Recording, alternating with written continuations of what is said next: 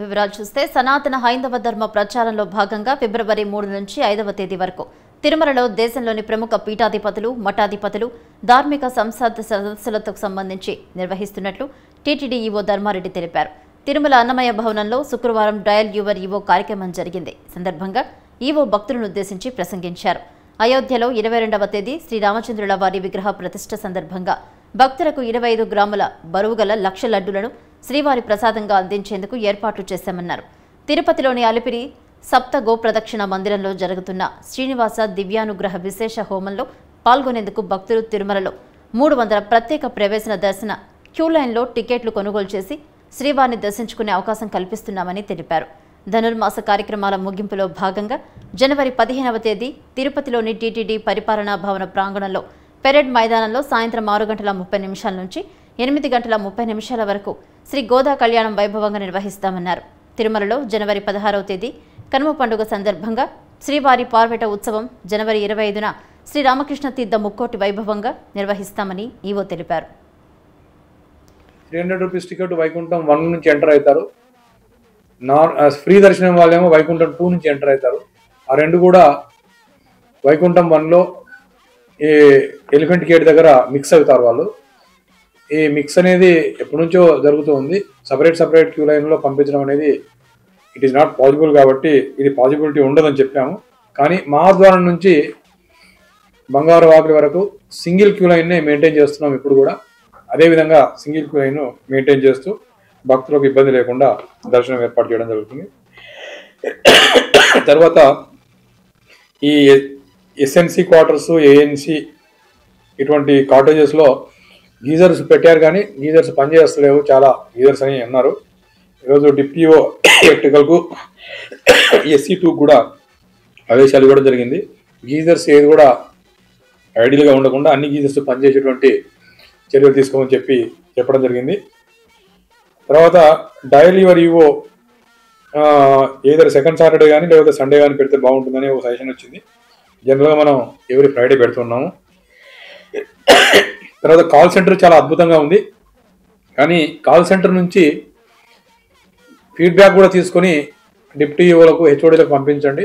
ఆ ఫీడ్బ్యాక్ని తీసుకొని తర్వాత కాల్ సెంటర్కు అడ్వాన్స్ ఇన్ఫర్మేషన్ ఏదైనా మీరు డెసిషన్ తీసుకుంటే బోర్డు కానీ ఆఫీసర్స్ కానీ కాల్ సెంటర్ మీరు అనౌన్స్ చేయక ముందే కాల్ సెంటర్కి ఇన్ఫార్మ్ చేసేస్తే భక్తులు ఏదైనా డౌట్స్ ఉంటే కాల్ సెంటర్లో ఇన్ఫర్మేషన్ ఉంటుంది. మీరు అనౌన్స్ చేసిన తర్వాత కాల్ సెంటర్కి ఇన్ఫర్మేషన్ పంపించడంలో జాప్యం అవుతుంది. అందువల్ల కాల్ చేస్తే కూడా మా దగ్గర ఇంకా ఇన్ఫర్మేషన్ లేదు, వచ్చిన తర్వాత చెప్తామని అంటున్నారని మంచి సజెషన్ ఇచ్చారు. ఆల్ హెచ్ఓడీస్కు ఇన్స్ట్రక్షన్స్ ఇవ్వడం జరుగుతుంది. ఏదైనా కొత్త నిర్ణయం కానీ కొత్త పాలసీ డెసిషన్ కానీ తీసుకుంటే అనౌన్స్మెంట్ కంటే ముందే కాల్ సెంటర్లో ఉన్నటువంటి వ్యక్తులకు బ్రీఫ్ చేసి ఆ ఇన్ఫర్మేషన్ ఇచ్చేసి తర్వాత అనౌన్స్ చేసేస్తే కాల్ సెంటర్. అర్హులై ఉండి ఏ కారణం చేతనైనా లబ్ధి అందని వారికి సీఎం వైఎస్ జగన్మోహన్ రెడ్డి శుక్రవారం తన క్యాంపు కార్యాలయం నుంచి బటన్ నొక్కి వారి ఖాతాల్లో నిధులు జమ చేశారు. ఈ కార్యక్రమం ద్వారా 68,990 మంది అర్హులకు 97.76 కోట్లను సీఎం జగన్ జమ చేశారు. అర్హత ఉన్న ఏ లబ్ధిదారుడు కూడా సంక్షేమ పథకాలను మిస్ కాకుండా చూడాలన్నదే తమ ప్రభుత్వ లక్ష్యమని ముఖ్యమంత్రి జగన్ స్పష్టం చేశారు. ప్రజలకు తమ ప్రభుత్వం ఎప్పుడూ తోడుగా నిలబడుతుందన్నారు. అర్హత ఉండి సాంకేతిక కారణాలతో అందని వారికి పథకాన్ని వర్తింపచేయాలనే తలంపుతోనే ఈ మంచి కార్యక్రమాన్ని అమలు చేస్తున్నామన్నారు. వాళ్ళు ఎవరైనా కూడా అప్లికేషన్ చేసుకోవడము, అప్లికేషన్ చేసుకున్న పిమ్మట దానిని వెరిఫై చేసి వెరిఫికేషన్ ప్రాసెస్ కంప్లీట్ చేసి వాళ్ళకు మంజూరు చేయడం, ఆ మంజూరు చేసిన వాళ్ళకు ప్రతి 6 నెలలకు ఒకసారి డిస్ట్రిబ్యూషన్ వాళ్ళకు స్టార్ట్ చేసే విధంగా వాళ్ళకు కార్డులు ఇచ్చి మొదలుపెట్టే కార్యక్రమంలో భాగంగా 117,161 మందికి కొత్తగా పెన్షన్ల జాబితాలోకి యాడ్ చేస్తూ ఉన్నాం ఈ రోజు నుంచి. అదే మాదిరిగానే మరో 111,321 మందికి కొత్త బియ్యం కార్డులను కూడా ఈరోజు ఈ నెల నుంచే వాళ్ళకు కూడా ఇవ్వడం జరుగుతూ ఉంది. అదే రకంగా 6,314 మందికి కొత్తగా ఆరోగ్యశ్రీ కార్డ్స్, అదే రకంగా 34,623 మందికి కొత్తగా ఇళ్ల స్థలాలు ఈ 90 డే ప్రోగ్రాంలో భాగంగా శాంక్షన్ చేసే కార్యక్రమాలు ఏదైతే జరుగుతూ ఉన్నాయో ఆ 34,623 మందికి ఇళ్ల స్థలాలు, ఇవన్నీ కూడా పథకం ఏదైనా ఉన్నా కూడా ప్రతి 6 నెలలకు ఒకసారి ఏ ఒక్కరూ కూడా మిస్ కాకూడదు, ఏ పేదవాడు ఇబ్బంది పడే పరిస్థితి రాకూడదు అని సాచ్యురేషన్ పద్ధతిలో ఎక్కడా కూడా వివక్ష అనేది దానికి తావివ్వకుండా, ఎక్కడా కూడా లంచం అనే పదానికి తావివ్వకుండా ప్రతి 6 నెలలకు ఒకసారి ఈ కార్యక్రమం జరిపిస్తూ పథకం అయిపోయిన తర్వాత మళ్ళీ 1 నెల పాటు టైం ఇస్తూ ఆ టైంలో వాళ్ళు అప్లికేషన్ పెట్టుకునే వెసులుబాటు కల్పించడమే కాకుండా ఆ తర్వాత వాళ్ళతో అప్లికేషన్ పెట్టించే కార్యక్రమం, అవసరమైతే వాలంటీర్ సేవలు అన్నీ కూడా అందుబాటులో ఉంచే కార్యక్రమం, సచివాలయంలోకి వాళ్ళే వెళ్ళి అప్లికేషన్ పెట్టుకునే వెసులుబాటు, లేదా అది కూడా 1902కు జగన్ నాకు చెబుదామని చెప్పి అనే నెంబర్కు ఫోన్ చేసి అడిగినా అక్కడి నుంచి కూడా వాళ్ళు గైడెన్స్ ఇస్తారు. ఏ రకంగా అప్లికేషన్ పెట్టుకోవాలి, ఏమేం పత్రాలు సచివాలయంలో ఇవ్వాలి. న్యాయవాదులతో జనసేన అధినేత పవన్ కళ్యాణ్, నాదెళ్ల మనోహర్ శుక్రవారం జనసేన కేంద్ర కార్యాలయంలో సమావేశమయ్యారు. బెజవాడ, గుంటూరు బార్ అసోసియేషన్ల అధ్యక్షులు, పలువురు సభ్యులు, సీనియర్ న్యాయవాదులు ఈ సమావేశానికి హాజరయ్యారు. వైసీపీ ప్రభుత్వం తెచ్చిన భూ హక్కుల చట్టం, ఏపీ ల్యాండ్ టైటిలింగ్ యాక్టుపై న్యాయవాదులు ఆందోళన వ్యక్తం చేస్తున్నారు. తమ పోరాటానికి మద్దతివ్వాలని పవన్ కళ్యాణ్కు న్యాయవాదులు విజ్ఞప్తి చేశారు. న్యాయవాదుల వాదనను విన్న పవన్ వారికి తన వంతు సహకారం అందిస్తామని హామీ ఇచ్చారు. ఒక సెంటు భూమి ఉన్న, 1/2 సెంటు ఉన్న భూమి సొంతదారు నుంచి ఎంత పెద్దవాళ్ళైనా సరే మొత్తం భూ హక్కులు ఎవరైతే పరిపాలిస్తారో వాళ్ళ గుప్పిట్లో ఉంటాయి. అది వాళ్ళ ఇష్టాల మీద, వాళ్ళ ఫ్యాన్సీల మీద ఉంటుంది. ఇది బయటికి ఎలా వచ్చింది అంటే న్యాయవాదులకి పని పోతుంది. అంటే ఒక సగటు, నేను రోడ్ల మీద తిరిగి క్షేత్రస్థాయిలో తిరిగే వ్యక్తిగా చెప్తున్నాను. నేను అడిగాను ఏంటి జరుగుతుంది అని అడుగుతా అంటే, లేదండి వాళ్ళకి ఉద్యోగాలు పోతాయి, వాళ్ళ కేసులు పోతాయని చెప్పి వాళ్ళు ఇట్లా పెడుతున్నారని ఫస్ట్ టైం మిమ్మల్ని కూడా స్పేర్ చేయలేదు మీ వైసీపీ ప్రభుత్వం. భవన నిర్మాణ కార్మికులు రోడ్ల మీదకు వచ్చిన రోజు నుంచి ఈ రోజు దాకా కొత్తగా మీరు ఈ యాజిటేషన్లోకి, కోర్టు రూముల్లో రాజ్యాంగాన్ని కాపాడాల్సిన మీరు కూడా ఈ రోజున ఈ ఉద్యమ బాటలోకి రావాల్సి వచ్చింది. ఇది ఖచ్చితంగా జనసేనకి, ముఖ్యంగా నాకు, ఈ పార్టీ ఏర్పాటుకు కూడా legal luminary, legal genius Nani Palkhivala గారి స్ఫూర్తి నాకు. అని ఈ రోజు ఆయనకి నేను చెప్పుకుంటే ఒక ఏకలవ్య శిష్యుడు. నేను ఆయన లేకపోయినా మన మధ్యలో నేను ఆయన్ని సంపూర్ణంగా స్ఫూర్తి తీసుకున్నాను. ముఖ్యంగా కేశవానంద మీరు చెప్తున్నప్పుడు ఇందాక రామ్మోహన్ రావు గారు మాట్లాడుతుందను, అలాగే ఈ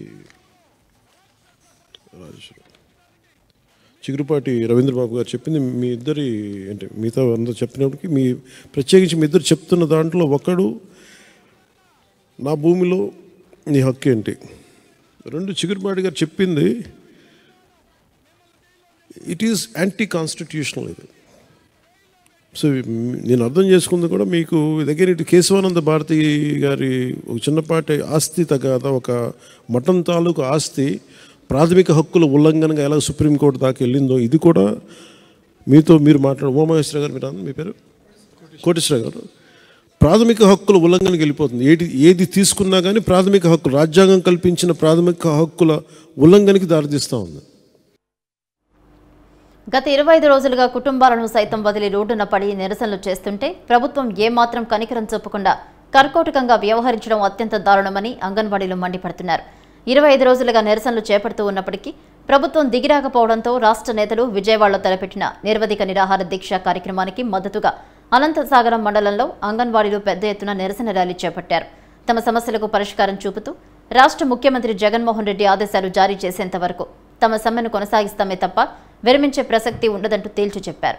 శాంతియుతంగా నిరసనలు చేపడుతుంటే విధుల నుంచి తొలగిస్తామంటూ రాష్ట్ర ప్రభుత్వం బెదిరింపులకు గురి చేయడం సమంజసం కాదని, చట్ట ప్రకారం తమ డిమాండ్లను ప్రభుత్వం ముందు పెడితే తొలగిస్తామనడం హేయమైన చర్య అని అన్నారు.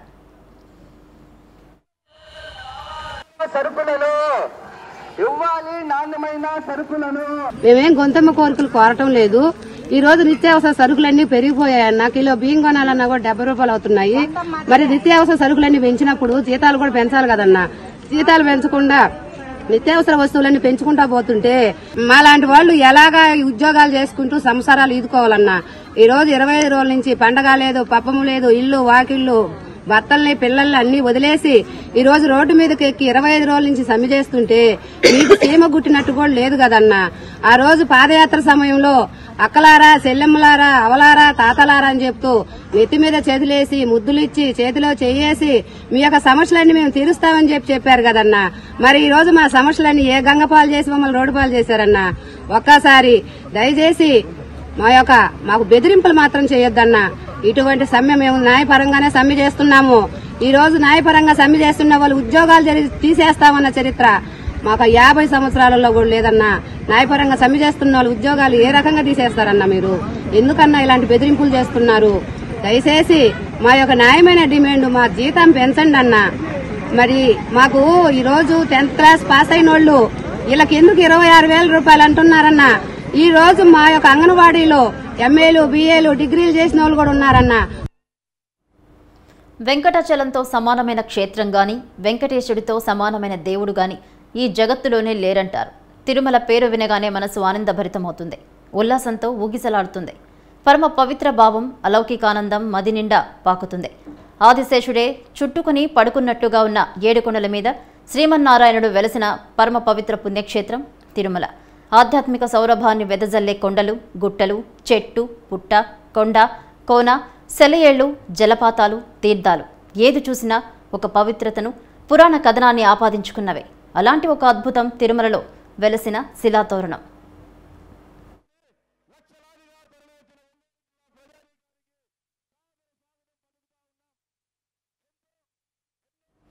శ్రీవారి ఆలయానికి ఉత్తరంలో 1 కిలోమీటర్ దూరంలో ఉంది ఈ సహజ శిలాతోరణం.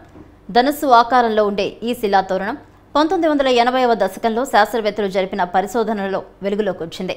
శ్రీ వెంకటేశ్వర స్వామివారు మొట్టమొదటిసారి భూమిపైకి వచ్చినప్పుడు మొదటి అడుగు ఈ పర్వతాలలో శ్రీవారి మెట్టు అని చెప్పుకుంటున్న ప్రదేశంలో వేశారని, ఆ తర్వాతి అడుగు ఈ శిలాతోరణం దగ్గరే వేశారని, 3వ అడుగు ప్రస్తుతం మనం కొలుచుకుంటున్న స్వామి కొలువు తీరిన ప్రదేశంలో వేశాడనేది పురాణ కథనం.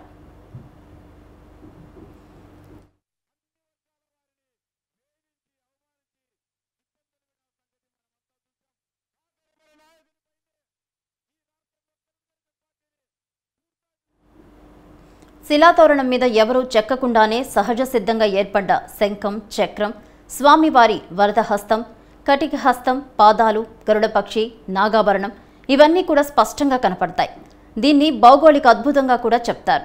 భౌగోళికంగాను ఆధ్యాత్మికత పరంగాను కూడా అత్యంత ప్రాధాన్యతను కలిగిన ఈ సహజ శిలాతోరణం కొన్ని 100 కోట్ల సంవత్సరాల వయసు కలిగి ఉంటుందన్నది శాస్త్రజ్ఞుల అంచనా.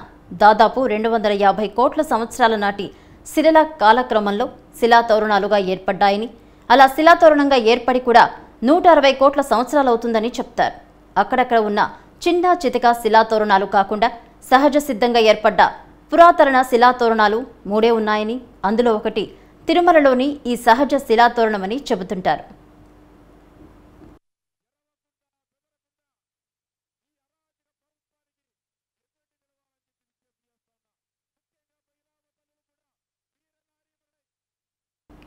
$250 కోట్ల సంవత్సరాలకు పూర్వం తీవ్రమైన నీటి కోతల కారణంగా ఈ శిలాతోరణం ఏర్పడి ఉండవచ్చనేది శాస్త్రజ్ఞుల అంచనా. సముద్ర మట్టానికి దాదాపు 30,000 అడుగుల ఎత్తులో ఉన్న తిరుమలలో ఈ శిలాతోరణం ఏర్పడిందంటే ఒకప్పుడు అంత ఎత్తులో నీరు ఉండేదని తెలుస్తోంది. ఒకప్పుడు ఈ కొండలన్నీ సముద్ర గర్భంలో ఉండేవట. కాలక్రమేణా వాతావరణంలో సంభవించిన మార్పుల కారణంగా ఈ కొండలు సముద్ర గర్భం నుంచి బయటపడ్డట్టు తెలుస్తోంది. దీనికి రుజువుగా సముద్ర గర్భంలో మాత్రమే ఉండే కొన్ని రకాల మొక్కలు ఇప్పటికీ తిరుమల కొండపై లభిస్తాయి.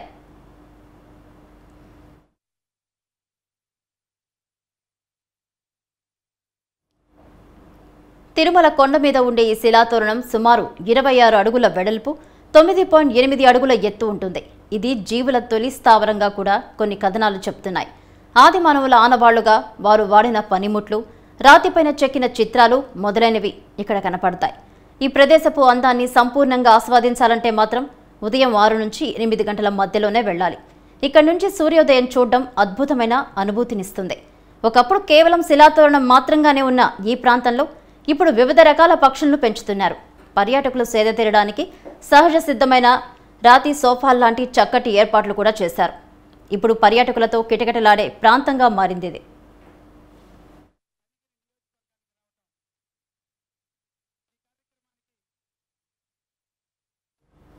మంత్రి మెరుగు నాగార్జున తిరుమల శ్రీవారిని కుటుంబ సమేతంగా దర్శించుకున్నారు. ఆయనకు ఆలయ అధికారులు స్వాగతం పలికి దర్శన ఏర్పాట్లు చేశారు.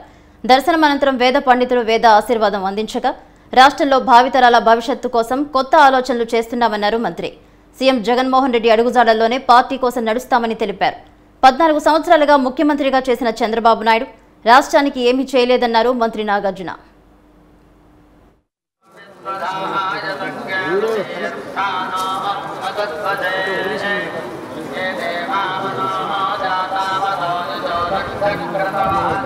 మేడం సైడ్ అమ్మా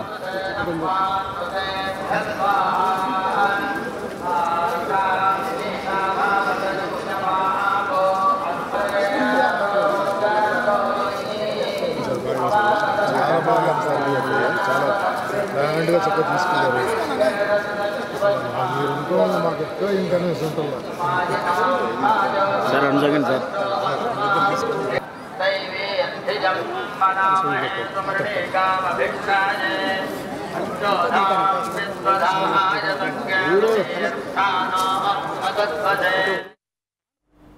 ఆయన జన్మతః మహందీయుడు. అయినా హిందూ ధర్మ గ్రంథమైన భగవద్గీతను అవపోసన పట్టాడు. అంతేకాదు గీతా వైభవ ట్రస్ట్ను ప్రారంభించి ఔత్సాహికులైన యువతి యువకులకు గీతాసారాన్ని బోధిస్తున్నాడు. భగవద్గీత ఒక మత గ్రంథం కాదని, మానవ వికాసానికి దోహదపడే అద్భుత దిశానిర్దేశాన్ని అని ఆయన తెలిపారు. గీత బోధనతో పాటు ఉచిత యోగా తరగతులు నిర్వహిస్తున్న ఈ విశిష్ట వ్యక్తి ఎందరో యువతీ యువకులకు సన్మార్గం వైపు నడిపిస్తున్నారు. తన నివాసాన్ని గీతా మందిరం చేసి పవిత్ర భగవద్గీతను ప్రపంచానికి పరిచయం చేస్తూ గీత సేవలో తరిస్తున్నారు. ఇంతకీ ఎవరి విశిష్ట వ్యక్తి, ఎక్కడుంటారాయన అనేగా మీ సందేహం?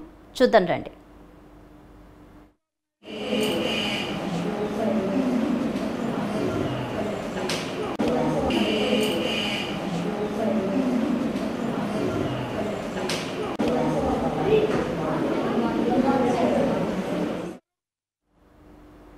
భక్తితో భగవద్గీత శ్లోకాలను శ్రావ్యంగా ఆలపిస్తున్న ఈయన పేరు నజీర్ బాషా.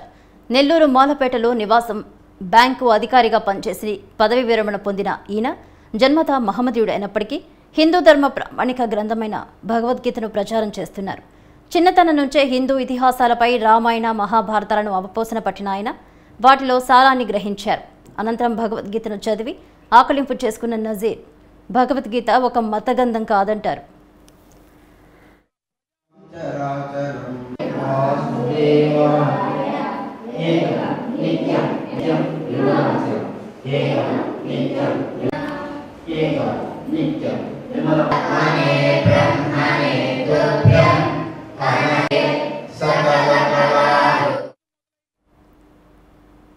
మానవ జీవన వికాసాన్ని బోధించే అద్భుత సారమే భగవద్గీత అని చెప్తారాయన. దురదృష్టవశాత్తు చాలా మంది మనుషులు చనిపోయిన సందర్భాలలో గీత ఆలపిస్తున్నారని, ఇది చాలా తప్పని అంటారాయన. మనిషి బతికున్నప్పుడు చదివి అర్థం చేసుకోవాల్సిన గ్రంథం భగవద్గీత అని అంటారు. తాను 2018లో గీతా వైభవ ట్రస్ట్ ప్రారంభించి భగవద్గీతలోని 40 శ్లోకాలను గీతా చాలీసా పేరిట విద్యార్థులకు బోధించానని తెలిపారు. గీతా జయంతి రోజున ఈ శ్లోకాలను వీధులలో ఆలాపన చేయిస్తూ తిరుగుతామని తెలిపారు. తన యోగా గురువైన భిక్షమయ్య యోగ సాధన చేయించి మంత్రోపదేశం చేశారని, అప్పటి నుంచి తాను యోగా తరగతులు నిర్వహిస్తూ గీతా ప్రచారం చేస్తున్నారని నజీర్ బాషా తెలిపారు. నిత్యం నమాజు చేసుకునే తాను సర్వమతాలను గౌరవిస్తానని, అయితే భగవద్గీత మాత్రం మతాలకు అతీతమైన గ్రంథమని గట్టిగా నమ్మానని, అందుకే గీతా ప్రచారం చేస్తున్నారని తెలిపారు.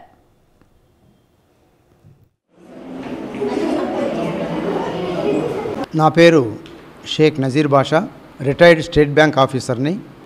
నేను మూలాపేటలోని శివగిరి కాలనీలో యోగా మందిరాన్ని ఒకటి నిర్మించి పిల్లలకు పెద్దలకు యోగ విద్యతో పాటుగా యోగ శాస్త్రమైనటువంటి భగవద్గీతను కూడా నేర్పిస్తూ ఉన్నాను. ఇది 2010లో స్థాపితమైంది. అప్పటి నుంచి నా యొక్క వృత్తిపరంగా బ్యాంక్ ఆఫీసర్ అయినా ప్రవృత్తిపరంగా యోగా గురూజీగా అందరికీ యోగాసనాలు నేర్పిస్తూ మా గురువైనటువంటి పూజ్య శ్రీ భిక్షమయ్య గురూజీ సత్యసాయి ధ్యాన మండలి వద్ద నేను మంత్రోపదేశం తీసుకొని ఆయన దగ్గర నుంచి నేను యోగ విద్యను నేర్చుకున్నాను. భగవద్గీత అనేది భారతీయులకు ప్రామాణిక గ్రంథం. ఇది 5000 సంవత్సరాల నాటి వేదాలకి సారమైనటువంటి, ఉపనిషత్తుల సారమైనటువంటి ఈ జ్ఞాన భాండాగారాన్ని కృష్ణ భగవానుడు అర్జునుడు చెప్పడం జరిగింది. కానీ కాలక్రమేణా ఈ భగవద్గీత మరణమేళంగా తయారైంది. దీనిలో చాలా విలువైన అంశాలు ఉన్నాయి. పరమాత్ముడు బయట ఎక్కడో లేడు, నీలోనే ఉన్నాడు, నీ హృదయంలోనే కొలవై ఉన్నాడు. దాన్ని చక్కగా నువ్వు సాధన చేసుకుంటే నీవే పరమాత్మవు, నీవే పరబ్రహ్మము అనే ధర్మాన్ని ఇక్కడ బోధించడం జరుగుతుంది. అందరి తల్లిదండ్రులు, ఉపాధ్యాయులు అందరూ సహకరించి ఈ గీతా వైభవాన్ని ఇంకా పెంచాలని అందరూ మనకి సలహా ఇచ్చి సహాయం చేస్తున్నారు. కాబట్టి ఈ విధంగా భగవద్గీతను సమాజంలో ముందుకు తీసుకెళ్లాలని కోరుకుంటున్నాం. అదేవిధంగా ఇది ఒక ఆధ్యాత్మిక విప్లవంగా మారాలి. భారతదేశమంతా భగవద్గీతను మరలమేళంగా చూడకూడదు. ఇది మన జీవన గీతికలాగా చూడాలి. ఇది కృష్ణ భగవానుడు 5,000 సంవత్సరాల క్రితం చెప్పినటువంటి ఈ యొక్క గొప్ప బ్రహ్మ జ్ఞానాన్ని ప్రతి ఒక్క భారతీయుడు తెలుసుకొని ఉన్నతంగా తన జీవితాన్ని తీర్చిదిద్దుకొని పరమాత్మ పదం వైపుకి, పరంధాముని వైపుకి, మోక్షం వైపుకి పయనించాలనేదే మా ఉద్దేశం. ఎన్నికలు వచ్చినప్పుడే టీడీపీ నేతలకు ప్రజలు గుర్తుకొస్తారని మండిపడ్డారు మంత్రి కాకాని గోవర్ధన్ రెడ్డి. అధికారంలో ఉన్నప్పుడు ఎస్సీ, ఎస్టీ, బీసీ, మైనార్టీలను చిన్నచూపు చూసిన చంద్రబాబు ఇప్పుడు వారిపై కపట ప్రేమ చూపుతున్నారని మండిపడ్డారు. మంత్రి కాకాని గోవర్ధన్ రెడ్డి సర్వేపల్లి నియోజకవర్గం వెంకటాచలం మండల కేంద్రంలో పర్యటించారాయన. వైఎస్ఆర్ పెన్షన్ కానుకలను పంపిణీ చేశారు. ఇచ్చిన మాట ప్రకారం సీఎం జగన్ దశల వారీగా పెన్షన్ను పెంచారని తెలిపారు. ఆనాడు ఎన్నికల స్టంటుగా 1000 రూపాయలకు పెంచిన వ్యక్తి చంద్రబాబుని గుర్తు చేశారు. అయితే ప్రజారంజక పాలన అందిస్తున్న సీఎం జగన్ చరిత్రలో నిలిచిపోతారన్నారు కాకాని.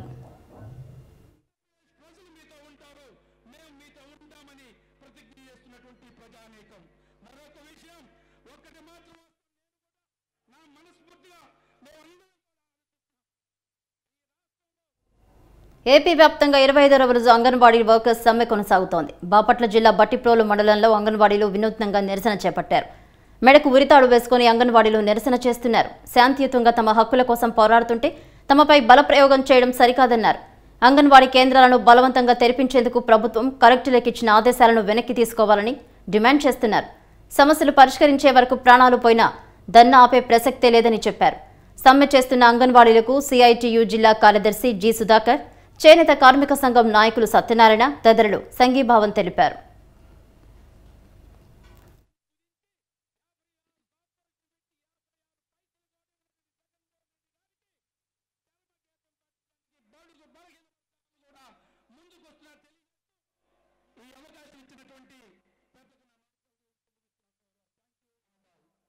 మేము 25 రోజులుగా ఈ సమ్మెను కొనసాగిస్తున్నా సరే ప్రభుత్వం కూడా చీమ కుట్టినట్టు కూడా లేదు. కనీసం మరి ఎందుకు చేస్తుందో ఈ ప్రభుత్వం ఏమో మాకు తెలియట్లేదు. ఇవాళ 5వ తారీఖు జాయిన్ అవ్వకపోతే వేరే వాళ్ళ చేత మా సెంటర్లు ఓపెన్ చేయించి, డిగ్రీ చదువుకున్న వాళ్ళ చేత సెంటర్లు ఓపెన్ చేయించి ఉద్యోగాలు చేపిస్తామని చెప్పారు. కలెక్టర్ గారు మాకు ఆదేశాలు జారీ చేశారు. ఏవి జారీ చేసినా మేము ఎటువంటి పరిస్థితుల్లో కూడా తగ్గే పనే లేదు సార్. ఎప్పుడైతే మాకు కనీస వేతనం ఇచ్చి గ్రాడ్యుటీ అమలు పరుస్తారో ఆ రోజునే మేము మా సెంటర్కి వెళ్ళి మా ఉద్యోగాలు మేము సవ్యంగా చేసుకుంటాము. అప్పుడు దాకా కూడా మేము ఈ సమ్మెని కొనసాగిస్తాం సార్. అంతా శాంతియుతంగా మేము ఈ ధర్నా జరుపుతున్నా కానీ మా వైపుకి అసలు కన్నెత్తి చూడట్లేదు. మెయిన్ మా ప్రాబ్లం వల్ల కనీస వేతనం అని పెట్టుకున్నాము. దాన్ని అసలు పరిష్కరించకపోగా శాఖాపరమైన చర్యలు, అంగన్వాడీకి మీరు రాకపోతే మిమ్మల్ని ఉద్యోగం తీసేస్తామని మాకు అల్టిమేట్ జారీ చేశారు. అసలు చాలా భయకల్పాలని చేస్తారు. మేము మా ఉద్యోగం చేస్తాము. ఈ సమ్మెని మేమేం తగ్గేది లేదు. మా సమస్య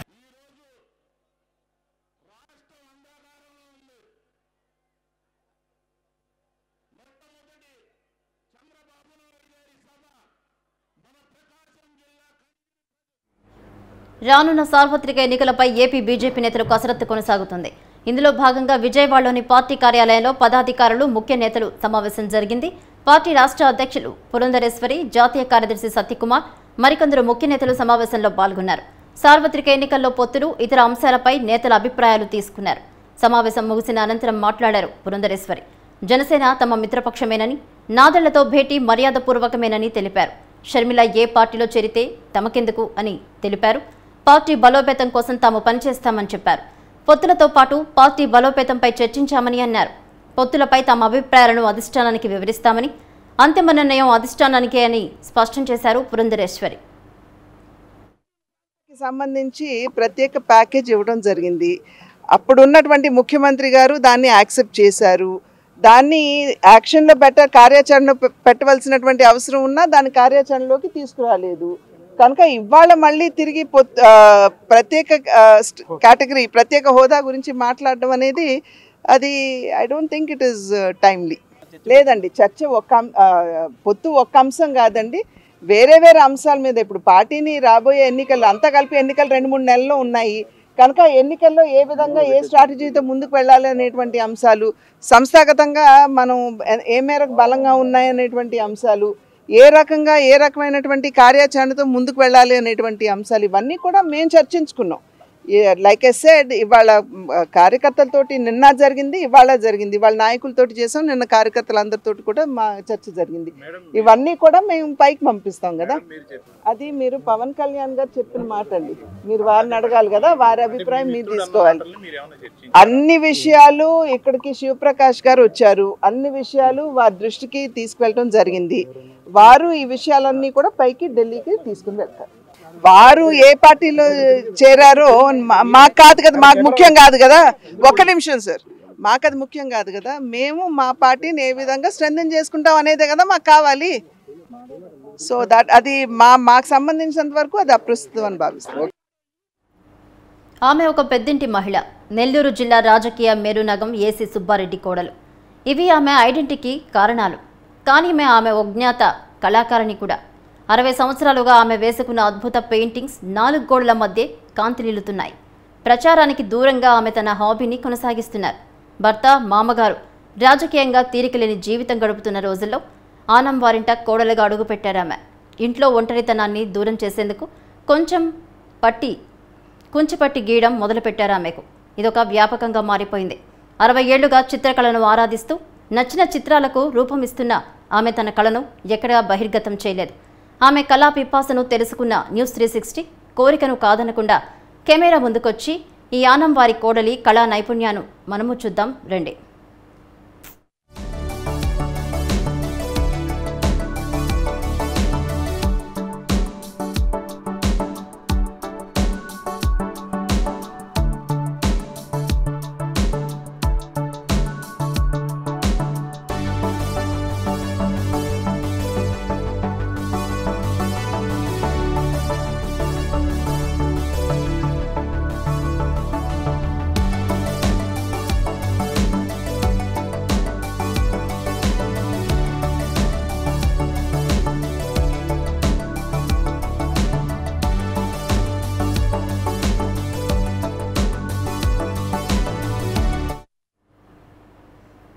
ఎనభై 4 సంవత్సరాల వయసులోనూ తనకు నచ్చిన కళారాధన చేస్తున్న ఈమె పేరు ఆనం శైలజారెడ్డి.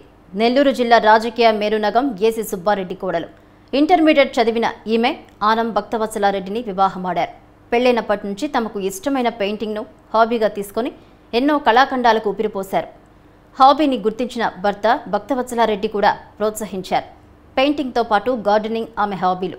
ఇప్పటికీ రోజుకు 1 గంట పెయింటింగ్కు కేటాయిస్తూ తన హాబీని కొనసాగిస్తున్నారు. కోడలకు ప్రొఫెషనల్కు సంబంధించి బిజీగా ఉండగా ఆమె కూతురు చెన్నైలో పేరు మోసిన డాక్టర్. ఆమె పిల్లలు కూడా ఆమె హాబీని ప్రోత్సహిస్తుంటారు. కుటుంబ సభ్యుల ప్రోత్సాహం వల్లే 60 ఏళ్లుగా తనకిష్టమైన ఈ పెయింటింగ్ను ఒక వ్యాపకంగా చేసుకున్నామని ఆమె తెలిపారు. వందలాది చిత్రాలకు ఊపిరిపోసిన శైలజారెడ్డి వాటిని ఎక్కడా ప్రదర్శించడం లేదు. తనకు గార్డెనింగ్, పెయింటింగ్ ఇష్టమైన పనులన్నీ ఇప్పటికీ పెయింటింగ్ కోసం రోజుకొక గంట సమయం, గార్డెనింగ్ కోసం మరో గంట సమయం కేటాయిస్తామని తెలిపారు. తను వేసిన పెయింటింగ్స్ కొన్ని చెన్నైలో ఉంటున్నా తన కూతురు డాక్టర్ తనూజారెడ్డి తన ఆసుపత్రిలో పెట్టుకుందని, మిగిలిన పెయింటింగ్స్ ఇంట్లోనే ఉంచుకున్నామని ఆమె తెలిపారు.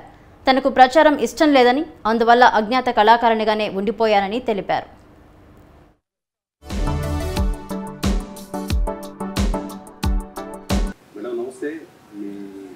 నమస్తే అండి, నా పేరు శైలజ. మీకు ఈ ఆర్ట్ ప్లేస్ అలవాటు ఎప్పటి నుంచి మొదలైంది? దీన్ని హ్యాబిట్గా చేసుకుంటున్నారా లేకపోతే? It is only hobby. ఇది ఒక 35 years బ్యాక్ అనుకుంటానండి. రోజు ఒక యువాలో ఏదో ఒక బాబు బొమ్మ ఉండింది, ఎందుకు ట్రై చేయకూడదని ట్రై చేసిన. తర్వాత ఇంకొకటి వేసి విజయవాడలో అప్పుడే ఒక ఎగ్జిబిషన్ పెట్టినారు. అప్పుడు ఒక బొమ్మ వేసి పంపించేసేసాను అనమాట. అది తిరుగు టపాలు వచ్చేసింది అనుకోండి, అది వేరే సంగతి. అంతే, అప్పటి నుంచి మొదలైంది. మేడం వేస్తున్న బొమ్మలు మీరు ఎప్పుడైనా ఇప్పటివరకు అంటే బయట ప్రపంచానికి తెలియదు మీలో కళాకారుని ఉందని, మీరు ఆర్టిస్ట్ నేను ఎప్పుడు బయటకు రాలేదండి, నాకు తెలియదు. రాజసింహాని అని ఉన్నారు ఒక ఆయన ఒకసారి తీసుకుపోయి సన్మానం చేసేప్పుడు అంతా ఇంట్రడ్యూస్ చేసాడు అంతే. అప్పుడు పెయింటింగ్స్ ఏం పెట్టలేదు. ఆయన వద్దంటే తీసుకోపోయి బలవంతంగా నా చేత ఇది చేయించాడు. శాలువా ఒకటి కప్పి, ఆ శాలువా కప్పేది మనకు తెలియకపోయా. అట్టయింది. నేనా ఒక 400-500 వేసి ఉంటానండి. రాజశేఖరు తనూజి వాళ్ళ హాస్పిటల్, విజయ హాస్పిటల్లో ఉండేయండి, ఒక 100 దాకా ఉండే. అంటే ఇక్కడ ఉండేదానికన్నా ఆడు ఉంటే 10 మంది చూసి ఆనందిస్తారని చెప్పేసి పాప వాళ్ళు అక్కడే పెట్టేసారు. చాలా ఉండయి అక్కడ. తనూజి ఇంట్లో ఉండయి, ఇంట్లోనే ఒక 20 పైన ఉండయి, బయట ఒక 100 దాకా ఉండేయండి అక్కడ.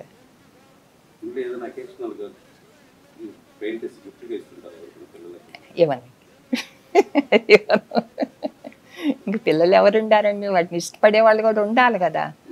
మా సిస్టర్స్ డాక్టర్ మాత్రం తీసుకోపోద్ది నా దగ్గర. అమెరికాలో పాప ఉంది, హైదరాబాద్లో డాక్టర్ రాజశేఖర్ బంధువులు ఉండాలి. డాక్టర్ రాజశేఖర్ డాక్టర్ గారు జగన్ వాళ్ళు మా డాడీ ఉండాలి కదా, వాళ్ళ బంధువుకి ఇచ్చారనమాట వైనత అని. ఆ పాప తీసుకోపోద్ది, వాళ్ళకే ఇస్తా, ఇంకెవరికి ఇవ్వను.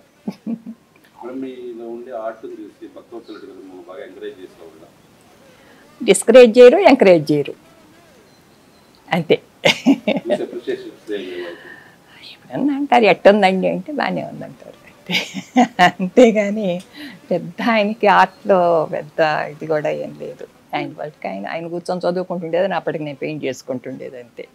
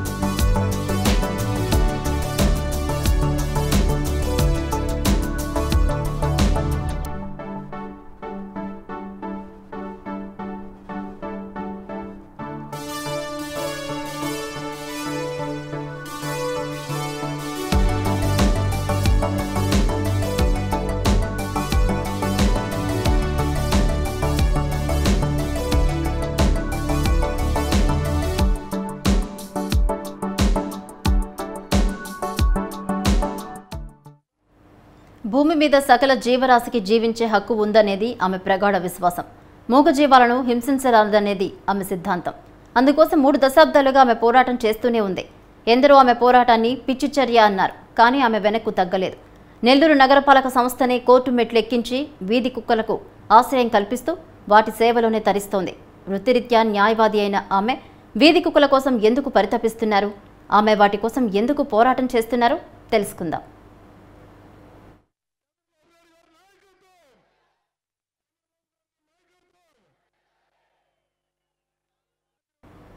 నగరంలో సంచరించే వీధి కుక్కలను పట్టుకొని చంపేస్తున్న నెల్లూరు నగరపాలక సంస్థపై ఉమాదేవి పెద్ద పోరాటమే చేసింది.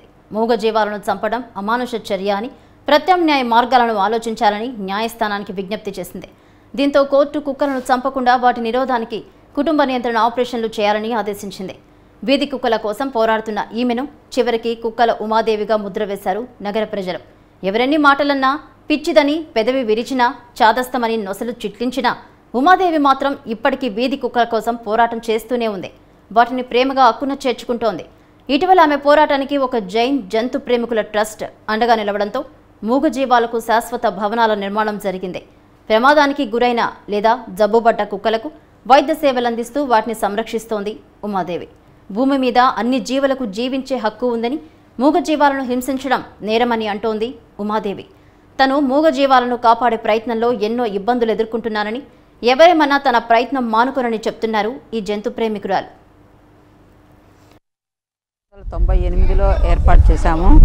అనాథ జీవులనంటూ ప్రతి జీవికి బతికే హక్కు ఉంది. వాటికి సంరక్షించాల్సిన బాధ్యత ఉన్నది. దిక్కు లేకుండా ఎవరు ఉండకూడదు అనే దానికే పోరాటం చేసి ప్రతి డిస్ట్రిక్ట్లో పెట్టాల్సిన అవసరం ఉన్నది అని గవర్నమెంట్ రూల్ కూడా ఉంది.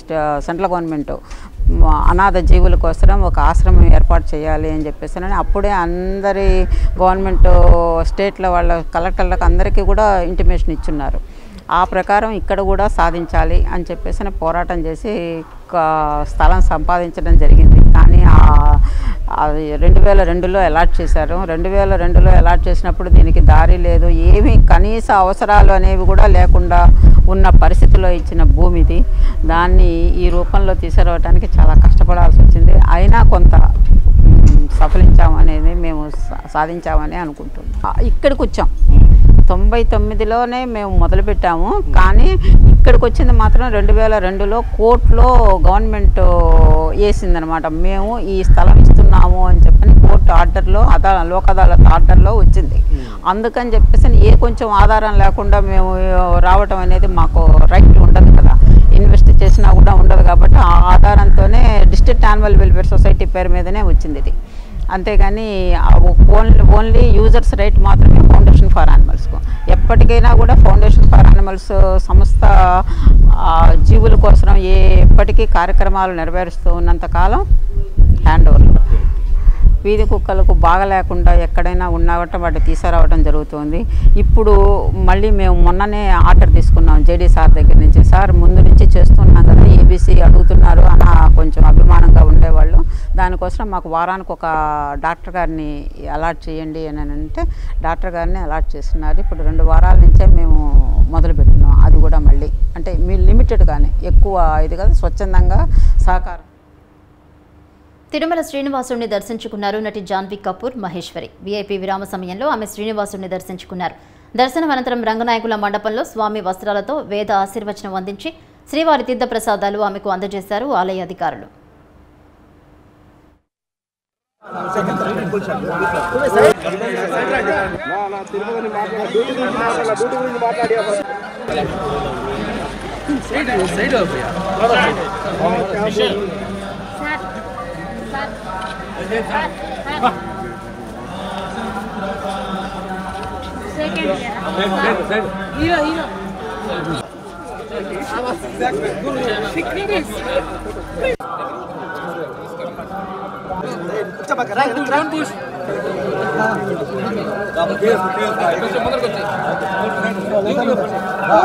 Thank you.